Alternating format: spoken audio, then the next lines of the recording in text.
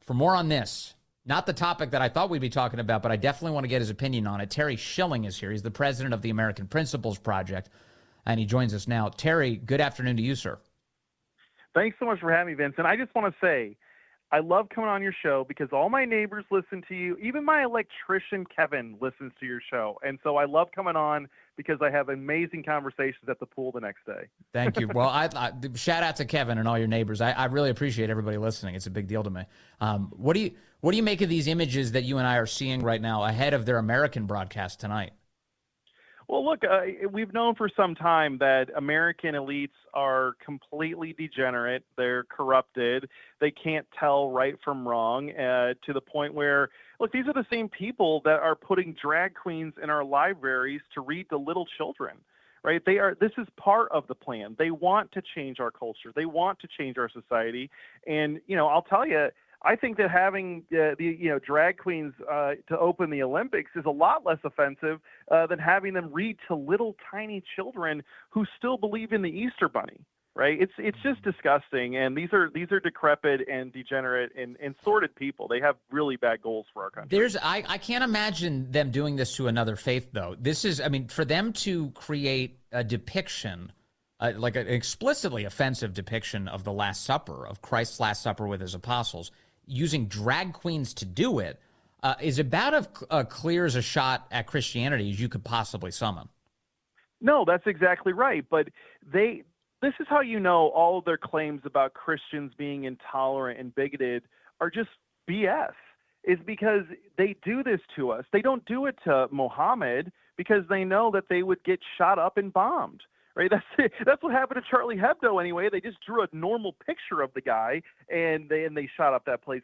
They're not afraid of Christians. They bully Christians, and it's because we have more tolerance. No other nation in the world, there's a lot of Muslim nations that compete in the Olympics. They aren't afraid of they're afraid of offending them. Except, I think this drag queen stuff is very offensive to these people. It's Christianity has always been the target. They know that we're the real enemies that take seriously to their evil agenda. It's that simple. It's just too much, and I hope people wake up to all of this. If this doesn't wake you up, I don't know what will. Let's talk about what's going on with the Trump campaign. Do I understand correctly? You met with President Trump recently? So we're filming a documentary on the woke military, and I'll tell you, Vince, I never kiss and tell, but I'll tell you what, man, I left meeting him, and I was enraged at what the lamestream media has done, not just to him by maligning him nonstop, but what they've deprived the American people of. This is a guy who was so thoughtful and considerate. He was asking so many questions about our opinions on J.D. Vance and other things. And, he really solicits a lot. He's a thoughtful person. He walked in the room. He's in charge. Right? He's a competent person. He's someone that Americans should be revering as much as they revere Reagan or Lincoln even. He's a pivotal American figure, and he should have won in a 50-state landslide last election because of how great of a man he is. He's larger than life. He's one of the best presidents we've ever had, and it wasn't a coincidence that we decided to launch our $18 million campaign this week after that meeting. He's the real deal, and he's the best possible thing for the American family. Tell me about the $18 million campaign. What does that entail? Well, we're going to make sure – a lot of people have been focusing on Kamala and Biden's economy and the crime and all of that. But what's not getting pointed out enough is her cultural agenda, which is radical. And to put this in perspective, so we're going to spend $18 million across the top 7 swing states, Ohio, Pennsylvania, Montana for the Senate. But then also we're going to spend it in Arizona, Wisconsin, and Georgia, and North Carolina for the presidential. We want to highlight the fact that Kamala is the worst possible thing for you and your family. She comes from a state, by the way, California, and agrees with this law, where you can take away custody from parents if you oppose a gender transition for your under 18 child. That's how radical she is. And on top of that, Vince, a lot of people don't know this yet. She, as AG of California, oversaw the first ever taxpayer-funded gender transition for a convicted murderer. She gave the guy parole, and this wasn't last year, this wasn't 4 years ago, this wasn't even 6 years ago. It was over 10 years ago. Before most Americans had ever even heard of the concept of transgender, she was paying for these procedures with taxpayer dollars for convicted murderers. That is how extreme. Meanwhile, her Department of Justice is putting 75-year-old ladies in federal prison for 2 years for having the audacity to pray at an abortion clinic where they found 5 dead babies in the dumpster. This is an evil woman who wants to destroy you and your family and your children. We can't let her back in the White House. And this ideology, what you're talking about with the prisons, I mean, really, it puts more and more people in danger. Like either you're a sucker or you're complicit on this, or both, because what you have is men who are convicted of deeply violent crimes, and then they will claim to the court, oh, actually, I'm a woman and I should be in a woman's prison. And people like Kamala Harris, they fought for this crap, and they put them there where they can hurt more women inside of a contained, imprisoned environment. Well, and one thing that people aren't talking about is the rapid increase in pregnancies and STDs in women's prisons, and also rapes, by the way. It's not a coincidence that once they started putting men who claim to be women from the men's prisons into the women's prisons, that all this stuff skyrockets. It's common sense, and you have to be a total idiot to put women in danger like this. You have to either be evil or an idiot or some combination of both, and I think it's both. Yeah, it's super dangerous. What do you make of all these attacks on J.D. Vance for saying that America should have more children? Well, I've got 7 kids myself. You're doing your part. There's no question. I'm not doubting that. But I'll tell you, having children is the most beautiful and wonderful thing you can do. And so many people have been choosing to not do that, and they're missing out hugely. And what JD wants, he knows something that's very basic that every American used to know just intrinsically, which is that families are a nation's future. Right? How your family goes is how the whole nation goes and the whole world in which we live. That's just the reality, because families produce the next generation, right? We produce the next citizens. And so if you have weak families, you're going to have weak future citizens, people that don't know how to work, people that don't know how to read or do math, people that are dishonest, right? If you screw up parenting, you're going to produce real problems for the next generation of Americans.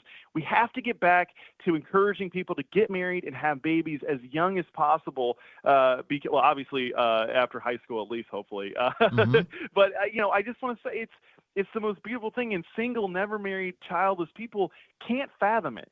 But you know what, Vince? You and I know what it's like to have children and what it's like to not have children. And I think we both agree that it's better to have children and to be married than to not. It's a totally different world, and it's tough to describe to people that have never experienced it. You have to go through it, and no one regrets it. And if you do regret having children, you're a scumbag. Like, you're a terrible human being if you regret the children that you produced. It's I don't know what else to say. It has made my life. It has made my life better in ways that I didn't even know that it could. I didn't even anticipate. And for that reason, I can see you have 7 kids. I can see why you're such an evangelist for it. It does improve you. It actually is work too, by the way. I know, don't let anybody lie to you. It's work, but it's totally rewarding. Let me play some of the J.D. Vance conversation today with Megyn Kelly on her show. He addressed some of the criticism. There's video going around of him back on Tucker's show a couple years ago, kind of talking about how the left is allowing itself to be guided too often by childless cat ladies. A throwaway line, but what they're not appreciating is the virtue that is found in his remarks. Take a listen. I know the media wants to attack me and wants me to back down on this, Megyn, but the simple point that I made is that having children, becoming a father, becoming a mother, I really do think it changes your perspective in a pretty profound way. This is something, of course, we've recognized for hundreds of years in this country, that human civilization has always recognized. But there's a deeper point here, Megyn. It's not a criticism of people who don't have children. I explicitly said in my remarks, despite the fact the media has lied about this, that this is not about criticizing people who, for various reasons, didn't have kids. This is about criticizing the Democratic Party for becoming anti-family and anti-child. We have to ask ourselves, Megyn, why do we have masking of toddlers years after the pandemic ended? Why do we have the Harris campaign coming out this very morning, Megyn, and saying that we should not have the child tax credit, which lowers tax rates for parents of young children? It's because they have become anti-family and anti-kid. And I'm proud to stand up for parents. And I hope that parents out there recognize that I'm a guy who wants to fight for you. I want to fight for your interests. I want to fight for your stake in the country. And that is what this is fundamentally about. The Democrats in the past 5-10 years, Megan, they have become anti-family. It's built into their policy. It's built into the way they talk about parents and children. And it's time that we called that out. I don't think we should back down from it, Megan. I think we should be honest about the problem. He's totally right. And not only are they attacking family, they're attacking the building blocks of the family. They attack biology itself. When you've got, even in what we started with here, Terry Schilling, when you have men pretending to be women depicting the Last Supper at the Olympics tonight, what they're doing is launching an all-out assault on the building blocks of everything. That's exactly right. And here's what I'll tell you. There's a political interest here. If you look at the exit polling from every single election from here to Kingdom Come, it's so predictable, it's boring. 68% of unmarried women vote for Democrats, whereas 57% of married women vote for Republicans. That's not a coincidence. You know it. We all know it. When you get married, it's the first time that you have to really think about and care for someone besides yourself.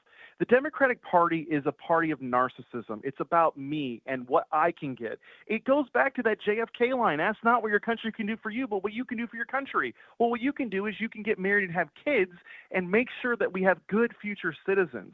But this is a political interest. They benefit from delaying and stalling marriage because that's when you really start to grow up and start to become much more mature and care about other people besides yourself. Yeah, and then they also advance that to advance the interests of the donor class too, who really don't want people tied up with families. They'd rather have them tied to their desks. Thank you very much. I really appreciate your time as always. Terry Schilling with the American Principles Project, and my hello to Kevin, your electrician, as well.